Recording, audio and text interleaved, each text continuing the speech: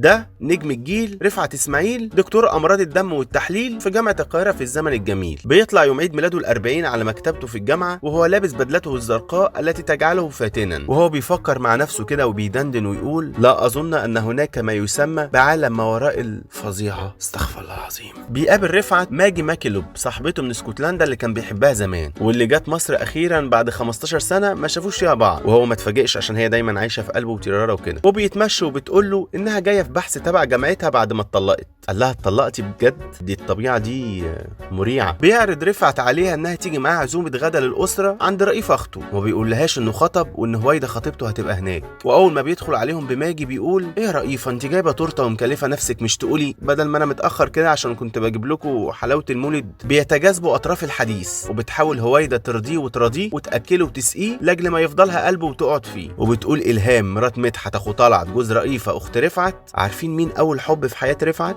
فمدحت قال: شيراز. فقالوا: شيراز؟ قام النور باظ. وبتبدا غاره عسكريه فبيستخبوا في البدروم، وبيتوه طه بن رئيفه فبيدوروا عليه. على صعيد اخر بيبتدي رفعت يستعيد ذكرياته وهو عنده 11 سنه في المنصوره زمان، هو والصحبه الكريمه، لما راح عند بيت الخضراوي ولقى ذات الرداء الابيض واقفه هناك وبتقول له: هاي انا شيراز، تحبوا تلعبوا معايا استغمايه؟ قال لها: انت عارفه انك احلى من النسخه اللي في الروايه. وبتدخلهم بيتها وبتستضيفهم وبتجيب لهم عصير وجيلي لونهم غريب كده، فبيقولوا لها: ايه ده العصير شكله بايظ. فبتقول لهم: ما تقولوش بايظ، ده بس مستوي. وتاني يوم بيلعبوا سوا، فبتقول له: انا نفسي في توت من الشجره دي. فبيقول لها: لو ده هيثبت لك انك ايه بحبك يا شيراز. فبتقول له: الله انت بتضحك قوي. وبتروح تشرد له وتحكي لاصحابه ان رفعت عايز الدندو. وفي يوم بيروح رفعت لوحده لشيراز اللي بتعيط وبتقول له: كلهم سابوني. فقال لها: انا جنبك لو محتاجه اي حاجه. قالت له: يعني اي حاجه هطلبها منك هتعملها لي؟ اي حاجه اي حاجه. فقال لها: شيراز انا لسه ما بلغتش. وبتلعب معاه استغمايه وبتجرجره للسطح وبتطلب منه ينط لها. فبيقول لها: لو ده هيثبت لك انك ايه بحق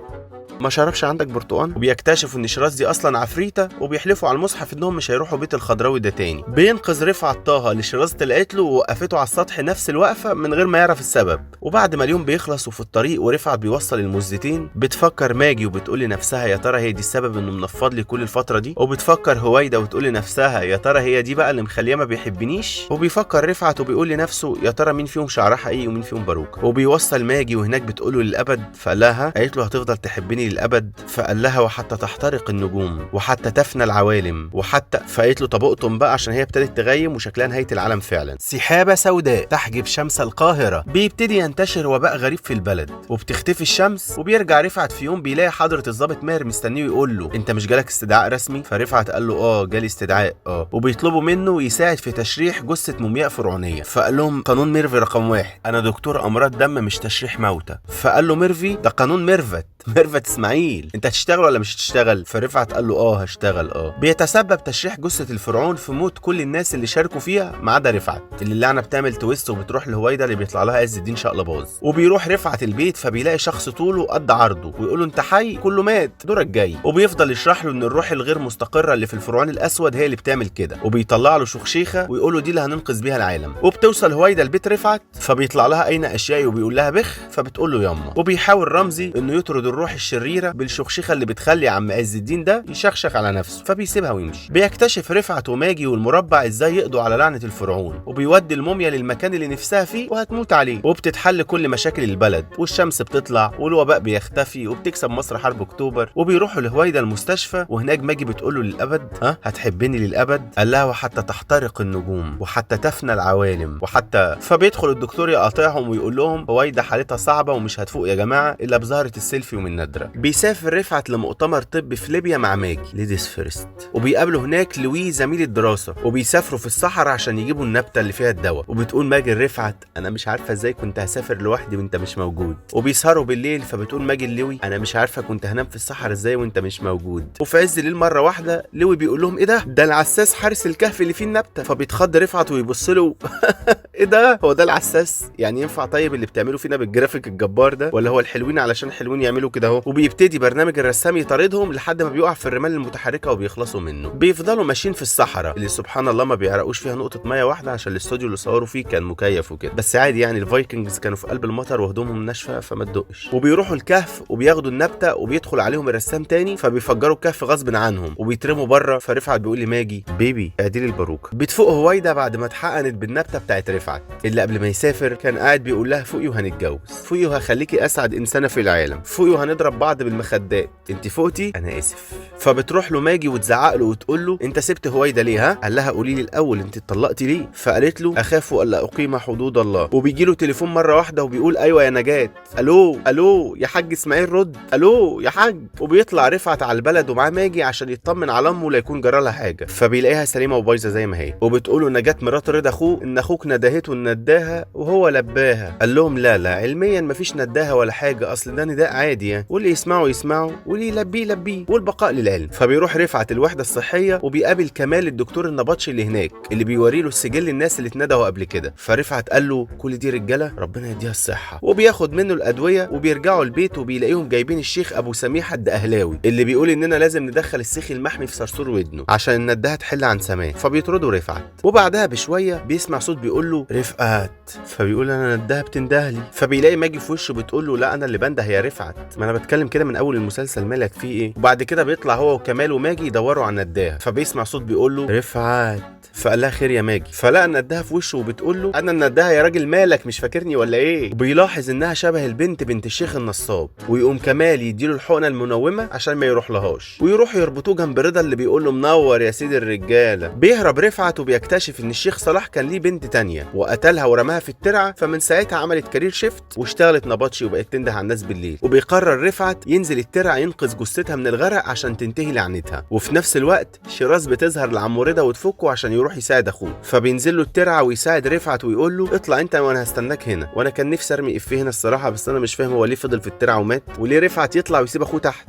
مع ان النداهه ايدين ممكن يشيلوها اتنين. الوداع يا رضا والبقاء للاقوى. بعد شهرين من وفاه رضا بيحلم رفعت انه في قصر الامير محمد علي تقريبا، وبيحلم انه بيقابل الجاثوم. فرفعت بيقول له مالك لابس اسود كده ليه بس؟ وبيجري وراه الجاثوم وبيجري منه رفعت ازيك يا رضا عامل ايه؟ وبيصحى من النوم مخضوض فبيلاقي الجاثوم على السقف وبيقول لرفعت بخ. فرفعت بيقول له ياما، وبيقول له كمال ان الجاثوم ده حارس الجانب المظلم من الوجود، وانه بيخليك تحس انك صاحي وفايق وعايز تتحرك ولكن بيبقى في حاجه مكتفاك ومش عارف تقوم. فرفعت قال له ايوه انا عارف الاحساس ده، ما بشرب ميه كتير في الشتاء قبل ما انام واصحى في نص الليل. بيقرر رفعت انه يقتل الجاثوم وبياخد معاه الحلم بلطه وحبل وسكينه وبيجري ورا الجاثوم والجاثوم بيجري منه ازيك يا رضا عامل ايه. وفي نفس الوقت بتدخل رئيفه وطلعت وهويدا شقته وبيدخلوا اوضته عشان يطمنوا عليه وبيشيلوا العده من ايده، فبيلاقي رفعت نفسه اعزل فبيقول للجاثوم معلش والله انا عيل صغير. وبيجري هو وهويدا ورئيفه اللي دخلوا له الحلم من الجاثوم والجاثوم بيجري وراهم ازيك يا رضا عامل ايه. وبيلاقوا طلعت كمان في الحلم اللي بيسال رفعت معلش يعني هو الحمام من ايه. بيقتل الجاثوم طلعت في الحلم فبيموت في الحقيقه وبيفضلوا يصوتوا. فبيفوق رفعت ويقول لهم معلش يا جماعه انا غفلت شويه هو في ايه. بيقرر رفعت انه يروح بيت الخضراوي ويدخلوا غصب عن ملكه الجديد عشان يشوف سر اللي بيحصل له ده ايه. وبيعرف من الغفير ان ابراهيم صاحب البيت كتبه باسم رفعت وساب له جواب وانتحر. فرفعت قال له طب وجاب صوره بطاقتي منين؟ بيحكي الفقيد لرفعت في الجواب قصته مع البيت ومع شيراز ويقول له مره زمان وانا قاعد على شط النعناعيه لقيت امي ندهت عليا وقالت لي احنا هنشتغل في السرايا دي. وبيكتشف الولد ان في اوضه سريه تحت الدفايه فيها حفيده الخضراوي بيه من بنته اللي غلطت مع واحد غريب وسابها وهرب، وانه حابس البنت الصغيره عشان الفضيحه. بيتسحب ابراهيم من ورا امه في يوم وبيروح للاوضه فبيلاقي بنت اسمها شيراز ضحكتها زي الالماظ، فبتقول له هاي انا شيراز تحب تلعب معايا استغمايه؟ فقال لها اسف والله بس امي لو عرفت اني شفتك هتديني على قفاي. بس بتصعب عليه فبيقرر انه يساعدها ويحرق البيت عشان يحاول يهربها، بس جدها بيبيعها وامها بتبيعها والخدام بيبيعها والشغالات بتبيعها، فابراهيم هو كمان بيبيعها وبيولع بيها البيت.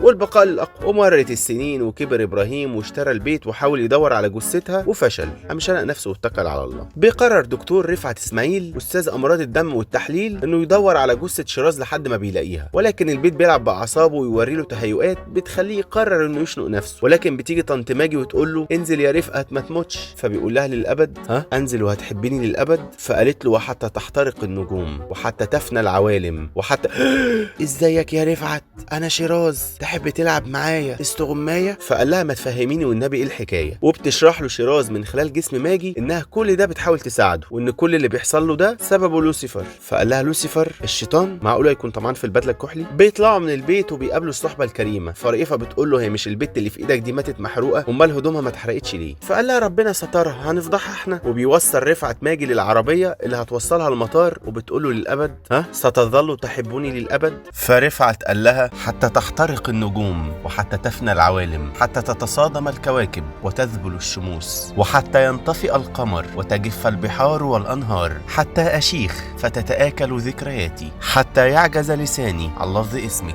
وحتى ينبض قلبي للمرة الأخيرة. فقط عند ذلك ربما أتوقف. ربما لا مفيش إفيه هنا ولا حاجة، أنا بس بحب المقطع ده فحبيت أقوله بصوتي. ويا ريت حد كان بلغهم هما بيسجلوا إن الفعل اللي بعد حتى منصوب مش مرفوع، مش أسلوب يعني. وبيعرف رفعت إن لوسيفر هو لوي اللي سافر معاهم الصحراء، وإن في مغامرة بقى في الجزء الثاني بقى، ونشوف وشكم بخير. ما تنسوش تعملوا لي فولو على الفيسبوك وعلى الانستجرام وعلى اليوتيوب عشان عليه فيديوهات مش على البيج هنا عشان حقوق الملكية، وتعملوا فولو لأحمد رضا عشان هو اللي منتج الفيديو ده. سلام.